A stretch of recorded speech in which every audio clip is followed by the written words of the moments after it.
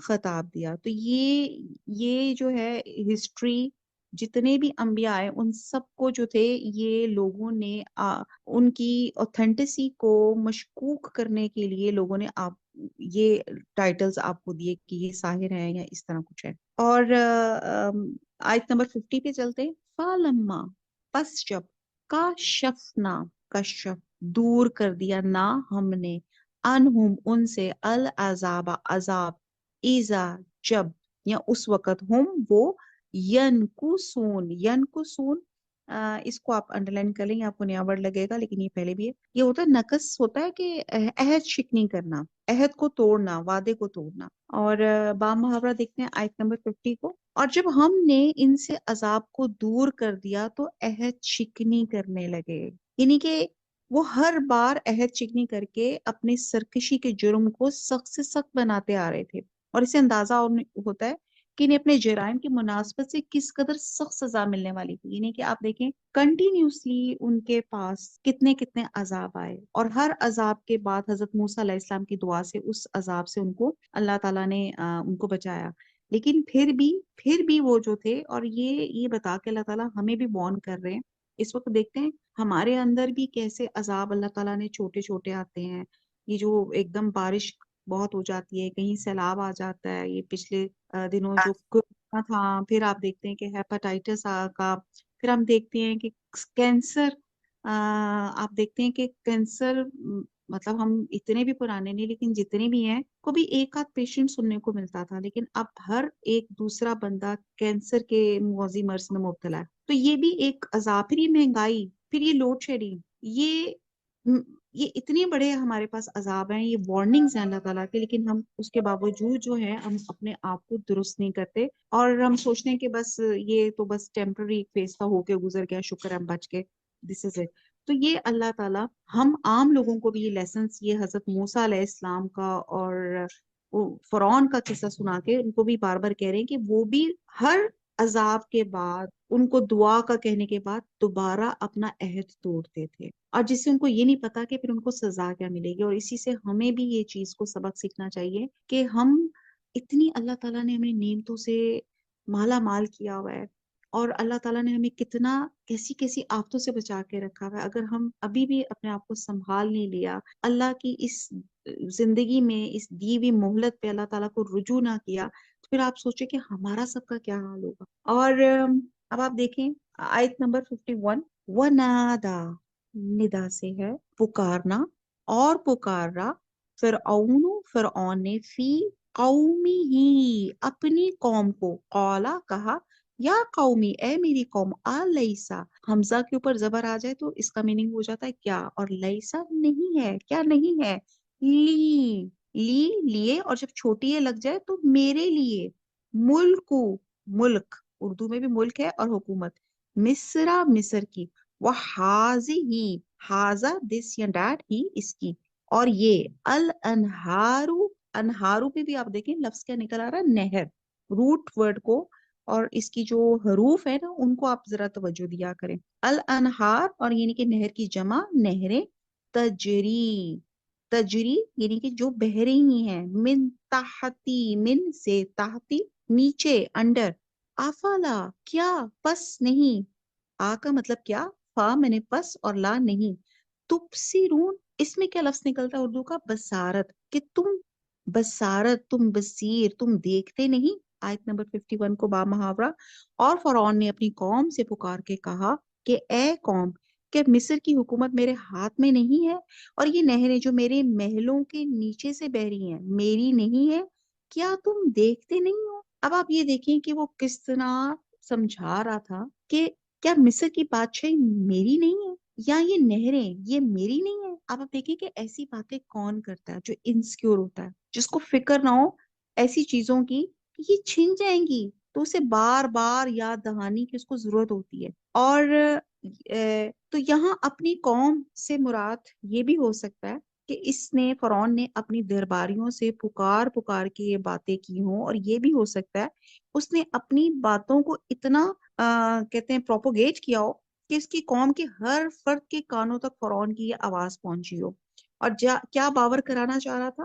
یہ باور کرانا چاہ رہا تھا کہ یہ ملک میرا ہے، یہ حکومت میری ہے، یہ نہریں میری ہیں، یعنی کہ everything belongs to me. آیت نمبر 52، ام بلکہ انا میں خیر خیر بہتر ہوں من ہاذا اس سے الذی وہ جو ہوا وہ مہین مہین عزت نہیں رکھتا، والا اور نہیں یا کادو، یہ انڈر لائن کر لیں، یہ آپ کو نیا لفظ لگ رہا ہوگا، یا کادو وہ نزدیک ہے، قریب ہے، یہ کاد سے لفظ نکلتا ہے یا کادا اس کا جو روٹ ورڈ ہے، یوبین یوبین وہ بیان کرتا ہے، صاف گفتگو کرتا ہے، ظاہر کر سکتا ہے۔ ٹھیک ہے جی، با محاورہ دیکھتے ہیں آیت نمبر 52 کہ بے شک میں اس شخص سے جو کچھ عزت نہیں رکھتا اور صاف گفتگو بھی نہیں کر سکتا کہیں بہتر ہوں۔ اب آپ کو پتا ہے حضرت موسیٰ علیہ السلام کو کمیونیکیشنز میں کچھ پرابلم تھی، ان کا کچھ لکنت تھی، سٹیمر مطلب تھا ان کی زبان میں، اور یہاں پہ سب سے پہلے تو مجھے یہ لفظ ہی بڑا خوفناک سا لگتا ہے، انا خیر من۔ کون بتائے گا یہ کس کا ڈائلاگ ہے؟ اس کا مطلب ہے میں اس سے اچھا ہوں۔ شیطان کا۔ جزاک اللہ جزاک اللہ۔ اور یہ مجھے ڈائلاگ اتنا ہانٹ کرتا ہے کہ ایک زمانے میں مجھے بھی مجھے اور الحمدللہ کیا کہ ہم سب کو ایک سارٹ آف ایک سپیریئر کمپلیکس کہہ لیں آپ، ہمیں کیا چیز ہوتی ہے کہ ہم اپنے رویوں کو چیک کریں تو ہمیں اس ڈائلاگ کی سمجھ آئے گی۔ جب میں کسی فنکشن میں جاتی ہوں اور میں اپنے ڈریس کی طرف دیکھتی ہوں اور میں کہتی ہوں واؤ میرا ڈریس سب سے اچھا ہے، میں نے لیٹسٹ برانڈ پہنا ہوا ہے، میں نے یہ جو جوتا پہنا ہے یہ میرا بڑا برانڈیڈ ہے اور بڑا یہ ہے، میرا بیگ جو میں نے کیری کیا ہے، یہ جو میرا میک اپ ہے یہ میں نے بہت برانڈ کا یوز کیا ہے، یا میں فلانے پارلر سے اپنا میک اوور کروا کے آئی ہوں اور میں نے اپنے یعنی کہ جو میری ہے۔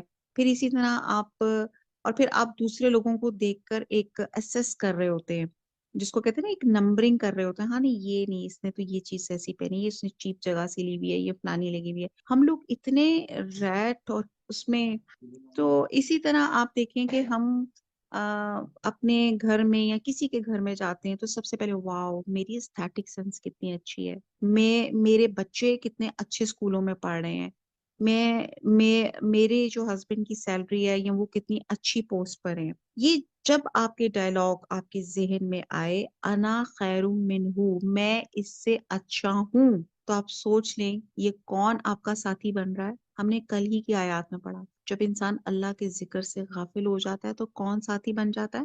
شیطان آپ کا ساتھی بن جاتا ہے۔ تو یہ شیطان کی سرگوشیاں ہوتی ہیں، اور پھر وہ کیا کرتا ہے، وہ برائی کو مزین کر کے دکھاتا ہے، آپ کو بتاتا ہے کہ yes you are wow you are something, آپ کے اندر ایک تکبر پیدا کرنا چاہتا ہے۔ یاد رکھیے گا، میں کہتے ہوئے نہیں تھکوں گی اور بار بار کہوں گی تو آپ لوگ بھی شاید اکتا جائیں گے، لیکن I keep on reminding you کہ شیطان اور انسان کا جو پہلا انکاؤنٹر ہوا تھا اس میں شیطان نے 3 بڑے کرائمز کیے تھے۔ کون بتائے گا؟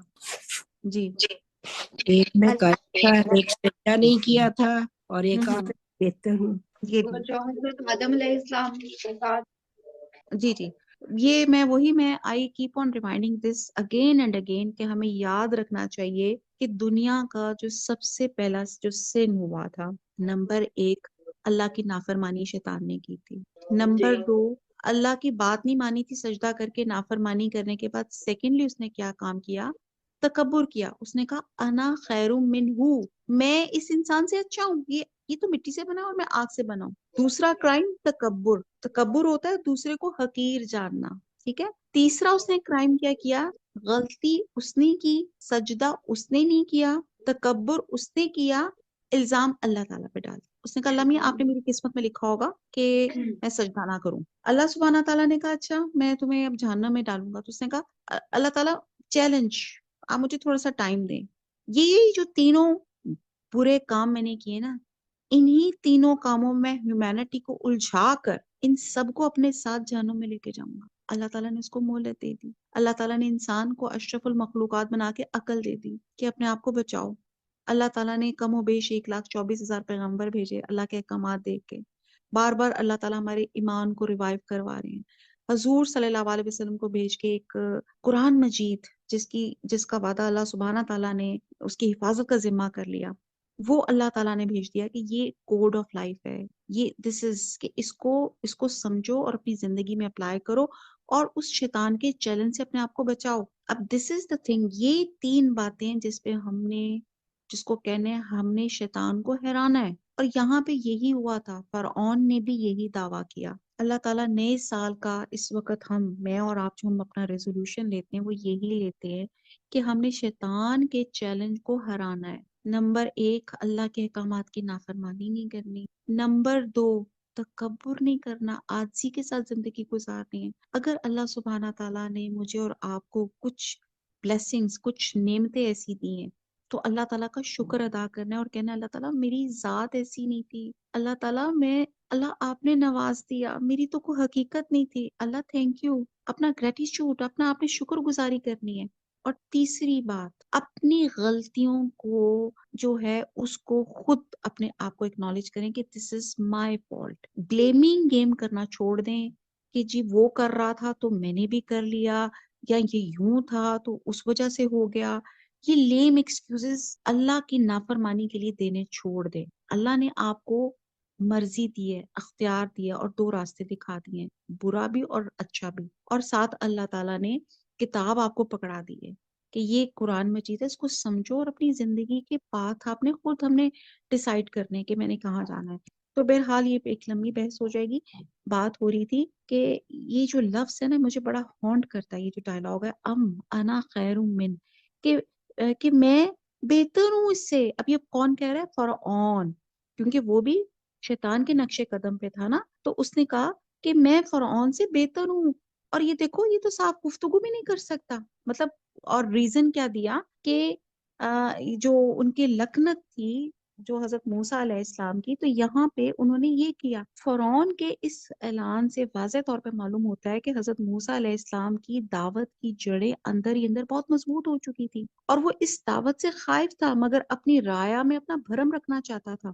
اور جیسے الیکشن کے دنوں میں امیدوار کہتے ہیں نا، جیسے آپ دیکھتے ہیں نا کہ وہ ووٹنگ جب ہو رہی ہوتی ہے تو اپنی خوبیاں اور پھر اپنے جو مقابل ہوتا ہے اس کے نقائص بیان کرتے ہیں. تو اس نے اپنا اور حضرت موسیٰ علیہ السلام کا ایک کمپیریزن پیش کرنا شروع کر دیا. جی صحیح. تو جیسے ہم دیکھتے ہیں نا الیکشن کے دنوں میں بھی کیا چیز چل رہی ہوتی ہے، جس نے آپ اگر آپ میں سے کسی نے کوئی ایسی مہم دیکھی ہو ٹی وی وغیرہ پہ بھی چل رہی ہوتی ہے، تو ایک جو ہوتا ہے وہ اپنی خوبیاں بتا رہا ہوتا ہے اور ساتھ ساتھ دوسرے کی ٹانگ کھینچ رہا ہوتا ہے جو اس کا مقابل کھڑا ہوتا ہے کہ جی اس میں یہ مسئلے ہیں، وہ یہ ہے، وہ یہ نہیں کر رہا اور میں یہ کر رہا ہوں.